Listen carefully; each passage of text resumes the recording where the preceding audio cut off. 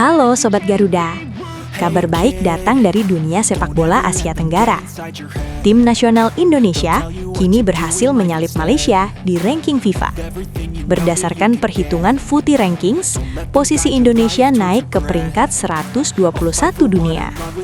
Sementara itu, Malaysia harus turun peringkat setelah mendapat hukuman dari FIFA. 3 pertandingan mereka dinyatakan kalah walkover atau WO. Akibat hukuman tersebut, Malaysia kehilangan lebih dari 20 poin dan turun ke peringkat 122 dunia. Kondisi ini membuat Indonesia otomatis naik 1 tingkat dan berada tepat di atas Malaysia. Meski begitu, perhitungan ini masih bersifat sementara. Update resmi ranking FIFA dijadwalkan akan dirilis pada tanggal 19 Desember 2025. Namun yang pasti, tren positif ini menjadi modal penting bagi timnas Indonesia untuk terus melangkah lebih jauh. Target berikutnya jelas, menembus 100 besar ranking FIFA dunia.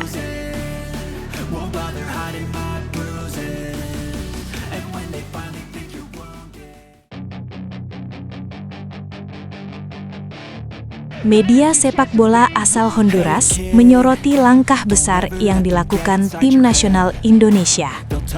Dalam laporannya, media tersebut menyebut Indonesia berpotensi mendapatkan John Herdman sebagai pelatih kepala baru. John Herdman dinilai sebagai sosok pelatih visioner yang telah teruji di level internasional.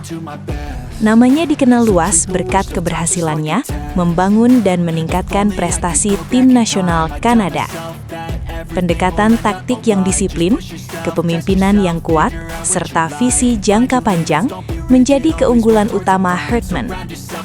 Media Honduras bahkan menyebut keputusan Indonesia ini membuat beberapa negara di kawasan CONCACAF merasa kehilangan peluang untuk merekrut pelatih berkualitas, termasuk Honduras dan Jamaika yang sebelumnya juga dikaitkan dengan nama John Herdman. Langkah Indonesia ini dinilai sebagai sinyal kuat keseriusan PSSI dalam membangun timnas menuju level yang lebih kompetitif.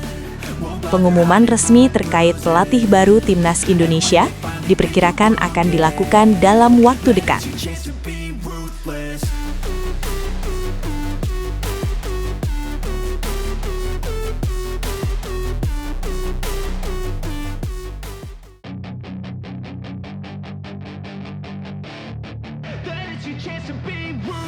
FIFA secara resmi telah mengumumkan pemenang penghargaan Puskás Award 2025. Penghargaan ini diberikan kepada pemain yang mencetak gol terbaik sepanjang tahun di dunia sepak bola. Pada edisi tahun ini, trofi Puskás Award diraih oleh pesepak bola asal Argentina, Santiago Montiel. Ia terpilih sebagai pemenang berkat gol salto spektakuler yang ia cetak bersama klubnya dan berhasil memikat perhatian publik sepak bola dunia.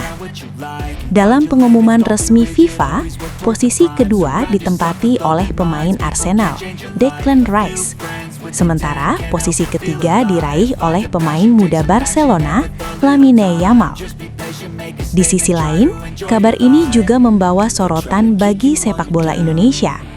Nama bek tim nasional Indonesia, Rizky Ridho, memang tidak berhasil menembus 3 besar peraih Puskás Award tahun ini. Meski demikian, pencapaian Rizky Ridho tetap layak mendapatkan apresiasi. Gol jarak jauh yang ia cetak bersama Persija Jakarta sebelumnya berhasil masuk dalam daftar nominasi Puskás Award 2025.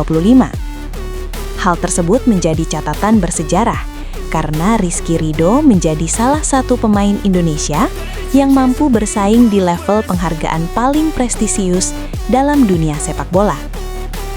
Masuknya nama Rizky Ridho dalam nominasi Puskás Award menunjukkan bahwa kualitas pemain Indonesia semakin diakui di kancah internasional. Puskás Award sendiri merupakan penghargaan tahunan FIFA yang menilai gol bukan hanya dari hasil akhir, tetapi juga dari aspek teknik, keindahan, serta momen yang tercipta. Meski belum meraih kemenangan, langkah Rizky Ridho menjadi bukti nyata bahwa sepak bola Indonesia terus berkembang dan memiliki potensi besar untuk bersaing di panggung dunia.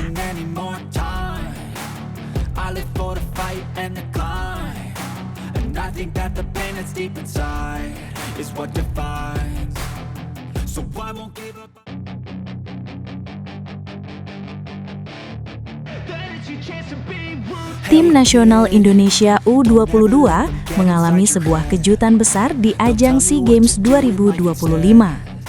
Dalam kompetisi yang dihelat di Thailand tersebut, skuad Garuda Muda gagal melaju ke babak semifinal. Pada fase grup, Indonesia menelan kekalahan 1 gol tanpa balas dari Filipina dan kemudian hanya mampu meraih kemenangan 3 gol berbanding 1 atas Myanmar. Hasil ini membuat Garuda Muda mengumpulkan 3 poin, namun belum cukup untuk menembus 4 besar tiket lanjutan.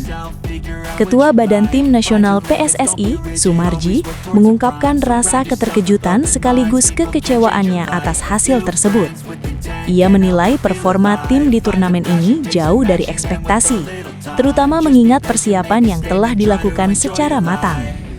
Menurut Sumarji, tim telah melalui pemusatan latihan intensif, uji coba menghadapi lawan berkualitas, serta dukungan penuh dari pihak PSSI. Ia bahkan menyebut bahwa kualitas pemain yang dibawa telah mengalami peningkatan, termasuk keikutsertaan beberapa pemain diaspora yang sebelumnya belum tersedia. Namun pada kenyataannya, keberuntungan seolah menjauh dari Garuda Muda sepanjang turnamen. Catatan ini menjadi momen yang mengejutkan karena sejak edisi 2009, Indonesia selalu berhasil menembus semifinal SEA Games U22. Kegagalan ini kemudian memicu evaluasi mendalam dari PSSI, termasuk perubahan dalam struktur pelatihan untuk masa mendatang. Hasil ini tentu menjadi bahan refleksi bagi sepak bola Indonesia dan mendorong tekad untuk kembali bangkit di kompetisi selanjutnya. Something in the air, am I paranoid? I swear a void is forming and they're scared. I walk a straight path, not many can say that. I like to play fast, cross me and there's payback. You better pray that I don't see your face at any place that I go. I know you hate that. I've been doing fine, I'm not wasting any more time. I live for the fight and the climb, and I think that the pain that's deep inside is what defines. So I won't give up.